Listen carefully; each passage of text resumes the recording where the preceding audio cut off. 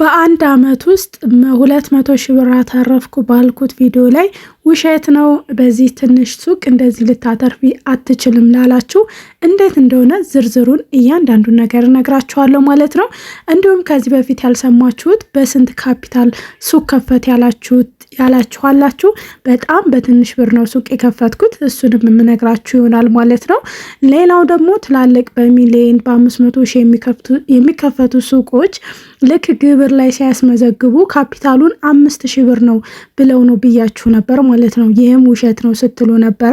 እሱንም ዘርዘር አድርጌ ለእናንተ የምነግራችሁ ይሆናል። አንዳንድ ነገሮች ደግሞ ሱቅ ለመክፈት ያሰባችሁ ካላችሁ ስለ ሱቅ አንዳንድ ነገሮችን የምነግራችሁ ይሆናል ማለት ነው። ይህንን ለእናንተ የማብራራላችሁ እኔ ባለማብራራት እችል ነበር። ነገር ግን አረብ ሀገር በተለይ አረብ ሀገር ያላችሁ ኢትዮጵያ መታችሁ ሱቅ ለመክፈት በትንሽ ብር ለመክፈት አስባችሁ ሰዎች የሚያወራችሁ ትርፍ እንደሌለው ብዙ ነገር ነው የሚሉት ማለት ነው። ስለዚህ እኔ ደግሞ እናንተ እንዳትፈሩ ኢትዮጵያ መታችሁ ስራ እንድትሰሩ ስለምፈልግ እያንዳንዱን ነገር በዝርዝር የምነግራችሁ ይሆናል ማለት ነው። በነገራችን ላይ ለመዲቲዩብ አዲስ ከሆናችሁ መዲቲዩብን ሰብስክራይብ በማድረግ ቤተሰብ መሆናችሁ እንዳትረሱ ማለት ነው። ከዚህ በፊት ቀደም ያለ ቪዲዮ ያያችሁት ልክ ለእናንተ ሱቅ ከፈትኩ ብዬ የቀረጽኩት ቪዲዮ ነው። በእርግጥ ወዲያው አይደለም ከትንሽ ጊዜ በኋላ ነው ለእናንተ የቀረጽኩላችሁ። አሁን ላይ ለእናንተ ምናልባት ላያስታውቃችሁ ይችላል። የዛን የከፈትኩ ሰሞንና አሁን ላይ ልክ አመት ሲሆነው ብዙ ነገሮች ተቀይረዋል ማለት ነው። ሱቄ ሞልቷል። እንደዚህ ፊት ለፊት እንደምታዩት አይደለም። በፊት መጀመሪያ ላይ ፍሪጅ ነበረ። ነገር ግን ፍሪጁ ላይ ምንም የምሸጥበት ነገር የለም። አሁን ላይ ወተት መሸጥ፣ እርጎ መሸጥ እንዲሁም ደግሞ ቅቤ፣ የፀጉር ቅቤ መሸጥ ጀምሬያለሁኝ። ቡና፣ ስኳር ታች ማዳበሪያ ላይ የማታዩዋቸው ግን ብዙ እቃዎችን አሉኝ ማለት ነው። ማደጉ እኔ ያስታውቀኛል፣ አድጓል። በዚህ ቀን ደግሞ የቀረስኩት ቪዲዮ እቃ ባስገባሁበት ቀን አይደለም። ስለዚህ ገና የሚገባ እቃ ቢገባ ደግሞ እናንተ የበለጠ መሙላቱ ያስታውቃችሁ ነበር ማለት ነው። ብቻ ያው እኔ ነኝ የማውቀው ባለቤቷ። ስለዚህ 200 ሺህ ብር በአንድ አመት ውስጥ ያውም በግምት ነው። ገብቷችኋላ? ከዛም ሊበልጥ ይችላል ማለት ነው። አንዳንድ ሸቀጣ ሸቀጥ የሚሰሩ ሱቆች የሱቅ እኮ ትርፍ የለውም ይባላል። ትርፍ የሌለበት ምክንያት ምንድን ነው? ሁሉን ነገር ከዛ የሚጠቀሙ ከሆነ አሁን ለምሳሌ ስኳሩም ጫውም ምኑም ከዛ እየተጠቀሙ ከዛው እለት ከዛው ለምሳሌ ሰርተው ቤት ኪራይ የሚከፍሉበት ከሆነ ሰርተው ለልጆች ትምህርት ቤት ሰርተው ትርፉን ወደ ሌላ ነገር የሚያደርጉት ከሆነ እንኳን አይደለም የአመቱን የአንድ ወራቸውን ትርፍ አያውቁትም ማለት ነው። ምክንያቱም ይሰራል ይወጣል።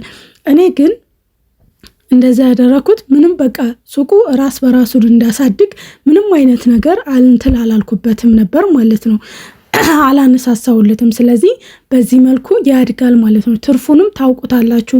ነገር ግን እናንተ ቡናም ሽጣችሁ የቡናዋን ትርፍ የሆነ ነገር የምታደርጉበት ከሆነ እናንተ የምትበሉበት የምትጠጡበት የቤት ኪራይ የምትከፍሉበት ከሆነ ያተረፋችሁ አይመስላችሁም። የዕለት ዕለት ኑሯችሁን ግን ያኖራችኋል ማለት ነው። ስለዚህ የሆነ ስራ ጀምራችሁ ያ ስራ በራሱ እንዲቆም ከፈለጋችሁ የምትችሉ ከሆነ ቢያንስ ትርፉ ራሱን ያንን የጀመራችሁትን ቢዝነስ እንዳሳድገው ከፈቀዳችሁለት እመኑኝ፣ እኔ በአመት በጣም ትንሽ ነው። ምናልባትም ሸቀጣ ሸቀጥ ሱቅ ይዘው በ2 ወር በ3 ወር የሚያገኙት ትርፍ ነው የኔ ትርፍ ማለት ነው። ትንሽ ስለሆነ ነው መሀል ላይ ስላልሆነ ነው እንጂ በጣም ትንሽ ብር ነው። በአመት 200 ሺህ ብር ብዙ ሊያስደነግጣችሁ አይገባም ማለት ነው። ምክንያቱም ምናልባት ያስደነግጣችሁ ሱቁ ትንሽ ሊሆን ይችላል። እንደሚታወቀው ያው ሸቀጣ ሸቀጥ በብዛት ታገኛላችሁ። ግን ከአንድ እቃ 10 ብር 20 ብር 5 ብር እንደዚህ ነው እንጂ ትላልቅ ትርፍ የለውም። ግን በብዛት ደግሞ ታገኛላችሁ ማለት ነው። ሌላው ጥያቄያችሁ ደግሞ እንዴት ነው የሚሊየን ካፒታል ባለሱቅ ፍቃድ ሲያወጣ ንግድ ፍቃድ ሲያወጣ የ5,000 ብር እቃ ነው ብሎ የሚያስመዘግበው ያላችሁት፣ ዘመድ አዝማድ ካላችሁ ሱቅ ያለው ዘመድ ካላችሁ ጠይቁ።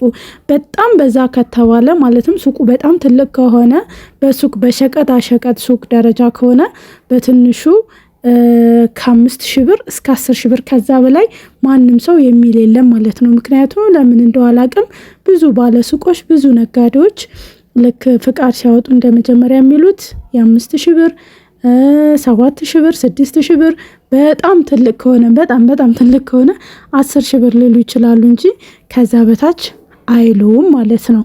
እና ይሄ የሁሉም በቃ ነጋዴዎች ነው። መንግስትም በቃ የሚያውቀው ይመስለኛል ሳስበው። ብቻ ጠይቁ ሌላ ሰው እኔን ካላመናችሁኝ።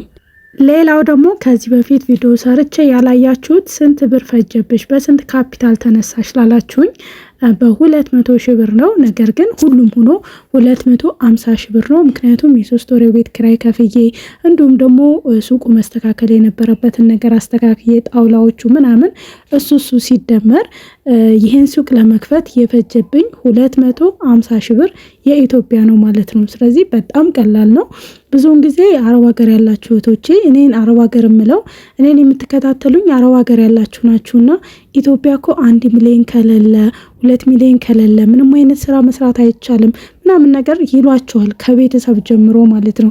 ነገር ግን እናንተ ራሳችሁን አሳምናችሁ አገሬ ገብቼ መስራት እችላለሁ መለወጥ እችላለሁ ብላችሁ ካሰባችሁ ከ500 ሺህ ብር በታች ከ200 ሺህ ብር ጀምራችሁ ምናልባትም ከ150 ሺህ ብር ጀምራችሁ መስራት ትችላላችሁ ማለት ነው። ነገር ግን ራሳችሁን በመጀመሪያ እኔ መስራት አለብኝ ብላችሁ ማሳመን አለባችሁ ማለት ነው።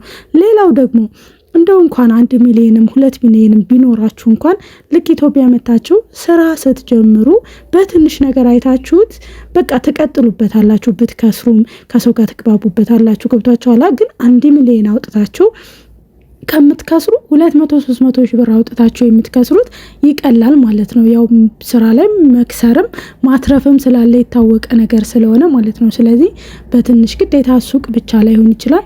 ሌሎችም ስራዎችን እንደዚህ ራሳችሁን አሳምናችሁ አሳንሳችሁ በትንሹ ጀምራችሁ ትልቅ ደረጃ መድረሳችሁ የማይቀር ነው ማለት ነው። ይህንን ሱቅ ታዩታላችሁ ወደፊት። ሱቅ ብቻ አይደለም ሱፐር ማርኬት አድርጌው ትልቅ ደረጃ ደርሶ የማሳያችሁ ይሆናል ማለት ነው። ሌላ ደግሞ ጥያቄ ካላችሁ ኢትዮጵያ ውስጥ ምን አይነት ስራ ብሰራ አሪፍ ነው ብላችሁ የምታስቡት ነገር ካለ እኔ ነግራችኋለሁ። ኮሜንት ላይ አስቀምጡልኝ ማለት ነው። ሱቅ ግን ለመክፈት ያው ከተማ መሆን አለበት። ለምሳሌ ገጠር ላይ ሱቅ ብትከፍቱ ምክንያቱም ሰዎች ሱቅ ብትከፍቱ ውጤታማ ላትሆኑ ትችላላችሁ።